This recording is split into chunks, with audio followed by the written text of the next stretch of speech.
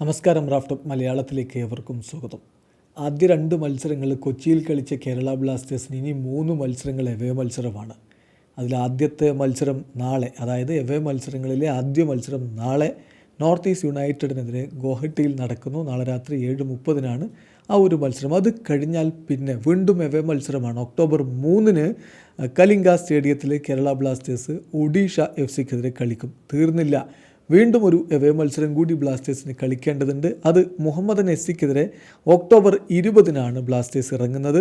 അത് ഇൻ്റർനാഷണൽ ബ്രേക്കിനൊക്കെ ശേഷം ഒക്ടോബർ 20 കിഷോർ ഭാരതി കിഴങ്കൻ സ്റ്റേഡിയത്തിൽ കേരള ബ്ലാസ്റ്റേഴ്സ് മുഹമ്മദൻ SC-യുമായിട്ട് ഏറ്റുമുട്ടും. ചുരുക്കത്തിൽ 3 എവേ മത്സരങ്ങൾ തുടർച്ചയായിട്ട് വരിക.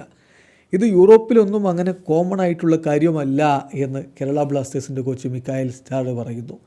ഇന്ന് മാധ്യമപ്രവർത്തകരെ കണ്ടപ്പോൾ അദ്ദേഹം അത് കൃത്യമായിട്ട് പറഞ്ഞു. 3 away games in A raw, തുടർച്ചയായിട്ട് 3 എവേ ഗെയിംസ്. ഇത് അത്ര കോമൺ ആയിട്ടുള്ള കാര്യമല്ല, പ്രത്യേകിച്ച് യൂറോപ്പിലൊന്നും ഇങ്ങനെ ഇത് കാണാറില്ല. ഏതായാലും ഞങ്ങൾക്ക് ഇപ്പോൾ ഈ 3 കളികളിൽ ഫസ്റ്റ് ഗെയിമിലാണ് ഇപ്പോൾ ഫോക്കസ് ചെയ്യേണ്ടത്. ഞങ്ങൾക്കറിയാം അത് ബുദ്ധിമുട്ടേറിയ ഒന്നായിരിക്കും, പ്രത്യേകിച്ച് മികച്ചൊരു ടീമിനെതിരെയാണ്. നന്നായിട്ട് ഓർഗനൈസ്ഡായ, നന്നായി കോച്ച് ചെയ്യപ്പെട്ട, നല്ല ഇൻട്രസ്റ്റിംഗ് പ്ലേയേഴ്സുള്ള ഒരു ടീമിനെതിരെയാണ് കളിക്കാനുള്ളത്. ഞങ്ങൾ അതിൽ കോൺസെൻട്രേറ്റ് ചെയ്യുകയാണ് എന്നാണ് ഇപ്പോൾ അദ്ദേഹം പറയുന്നത്. ഏതായാലും 3 മത്സരങ്ങൾ തുടർച്ചയായിട്ട് എവേ മത്സരം കളിക്കേണ്ടി വരിക അത്ര എളുപ്പമുള്ള കാര്യമല്ല.